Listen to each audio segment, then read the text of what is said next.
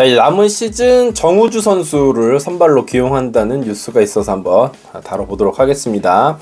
지난 9일이었죠. 김경문 감독의 인터뷰에서 정우주를 선발로 이제 남은 시즌 동안 기용을 하겠다. 아마도 한 2번에서 3번 정도 선발로 쓰는 게 바로 뭐 5이닝, 6이닝 던지게 하는 게 아니라 2이닝, 3이닝부터 시작해서 한 이닝씩 빌드업에 들어간다라고 이야기를 했죠. 황준서는 이렇게 되면서 자연스럽게 기사를 따르면 좌완 스페셜리스트로 쓴다. 뭐 말이 좋아서 좌완 스페셜리스트지, 좌타자 나왔을 때 원포인트 릴리프 혹은 좌타자들이 많이 포함이 되어 있는 이닝에 불펜 투수로 쓰겠다라는 이야기죠. 정우주 선수를 선발로 쓸 수밖에 없었던 이유, 뭐 다르게 이야기하면 원인이 뭐냐면 결국은 또 엄상백 선수 이야기를 해야겠죠. 엄상백 선수가 5선발로서의 역할을 해줬더라면 정우주 선수, 신인인 정우주를 이렇게 이제 쓰는 일은 일어나지 않았을 텐데, 뭐 그게 나쁘다는 게 아니라 결과적으로는 엄상백 선수로 인해서 파생된 5선발의 공백의 문제들이 사실 시즌 끝날 때까지 해결이 되지 않은 상황입니다. 그리고 그 이전에 김민우 선수의 토미존 수술을 지난해 받았기 때문에 무리하지 않고 내년도 복귀를 예고를 했죠. 김민우 선수는 토미존에서 돌아오는 선수이기 때문에 결코 무리해서 올 시즌 복귀할 이유가 없었고, 하나이글스는 엄상백 선수가 부진했음에도 불구하고 선발진이 잘 갖춰져 있는 팀이기 때문에 김민우 선수가 내년 시즌에 돌아와서 투수진에 힘을 보태주면 아주 좋지 않을까라는 생각을 합니다. 그리고 이상규의 실패라든지 다른 5선발 카드들을 준비를 해내지 못했던 부분도 아쉽죠. 이상규 선수는 2차 드래프트로 24년부터 하나이글스에서 뛰고 있는데 이렇다 할 어떤 성과를 내지 못해서 그 부분이 조금 아쉽기는 합니다. 황준서 선수의 5선발로서의 연착륙하지 못한 부분도 아쉬워요. 이 선수에 대해서 조금 알아보면 후반기 마지막 기아 타이거즈와의 경기가 굉장히 기억에 남죠. 6.1이닝 동안 1실점. 이날 상대 투수가 기아의 제임스 네일이었거든요. 우리가 이 경기를 또 잡아냈던 기억이 있었기 때문에 이때만 해도 막 황준세, 코디 준세 막 이런 이야기를 했었는데, 하지만 후반기 들어서 황준서 선수는 선발로서의 기회를 많이 받았습니다만 ERA는 10.47, 피안타율이 무려 3할 4푼 7리, WHIP가 1.96이니까 사실은 1군에서 쓰기가 굉장히 어려운 정도의 피칭이었죠. 좋았던 기억도 있습니다. 8월 23일 SSG 상대로 6이닝 동안 무실점 호투를 펼쳤지만 이후 2경기 모두 삼성전이었는데 별로 좋지 못한 모습을 보여주면서 결국은 정우주 선수에게 선발 수업을 쌓게 하는 것으로 이제 플랜을 짜게 됐어요. 이 황준서에 대해서 조금만 더 이야기를 하면 23일 SSG 경기에서 커브 카드를 꺼내 들었어요. 저도 그래서 굉장히 기분 좋게 야구를 봤던 기억이 있는데, 커브 비율이 23.3%로 지금까지와는 다르게 사실은 이제 이 선수가 포신 패스트볼과 포크볼 두 구종으로만 승부를 하던 선수였는데 이날 경기에서 커브를 꺼내 들면서 이 커브의 스트라이크 비율도 55%였으니까 굉장히 높았다고 볼 수 있겠죠.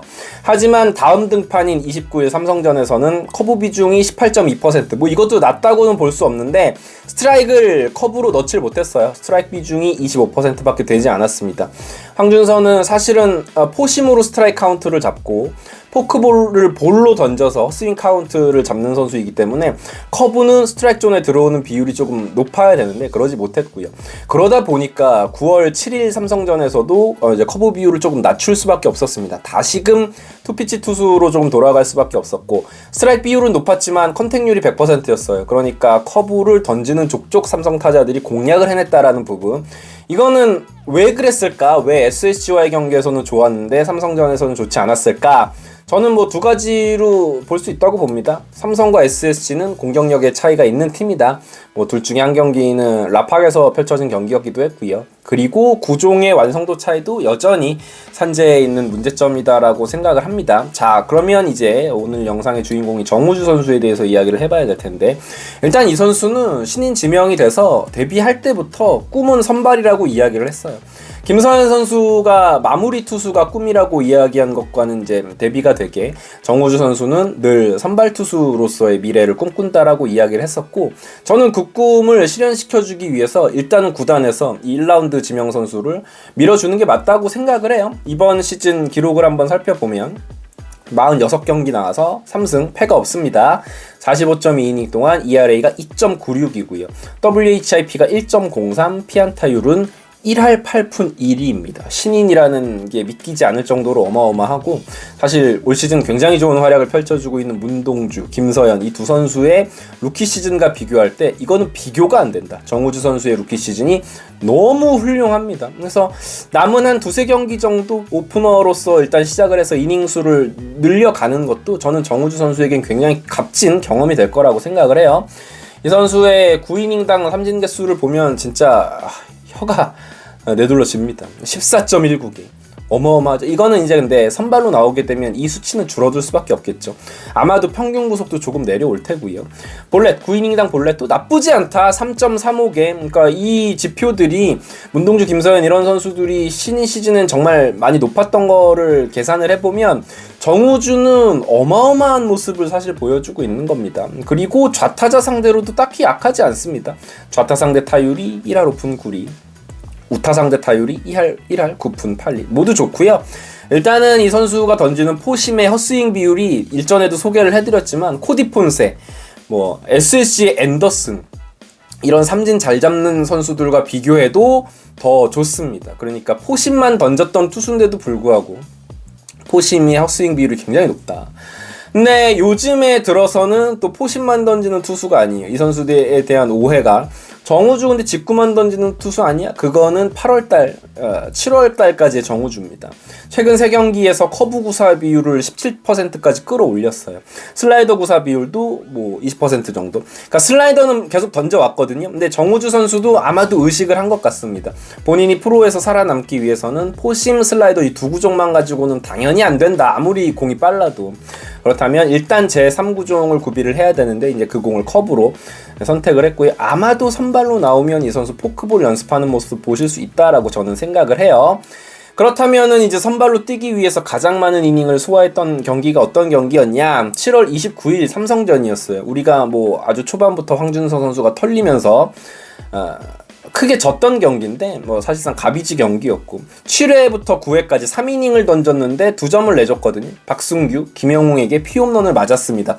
이때까지만 해도 황준서 선수가 사실 포심 위주의 피칭을 던질 때였으니까는 대전이었기는 한데, 그래서 이런 걸 생각해보면 이닝을 많이 던졌던 경험이 일단은 있기는 있는데, 그래도 아마도 지금 주말에 등판을 하게 될 텐데 13일 경기에 선발 등판 예정이거든요. 그나마 좀 다행인 거는 키우미어 로즈가 지금 알칸타라가 일요일날 못 던질 수도 있다 그럽니다. 정우주 선수가 던지는데 사실 상대 선발이 알칸타라면 좀 부담이 될 수도 있는데 아마도 키우미오로즈 지금 대체 선발이 나올 확률도 있어서 재밌는 경기가 될 것 같아요. 정우주 선수 사실 저는 2022 시즌에 문동주가 막 선발로 나오는 경기 되게 설레어하면서 봤던 기억이 있거든요. 문동주가 잘 던져줄 거라는 기대감이 아니라 이 선수가 몇 년 후에 어떤 선수가 될지 이 기억을 딱 가지고 있으면 그때 더 빛이 날 수도 있으니까. 실제로 지금 문동주가 너무 잘해주고 있기 때문에 그때 던졌던 풋내기 문동주가 생각이 나거든요. 정우주 선수의 선발 등판도 상당히 긴장이 되겠지만 상당히 기대가 됩니다. 또 이제 너그럽게 봐주시면 좋을 것 같고, 일각에서는 와이스가 4일 등판을 해야지 우리가 지금 1등을 위해서 모든 걸 다 쏟아 부어야지라고 말씀을 하시는 분들도 계신데 저는 생각이 조금 다릅니다.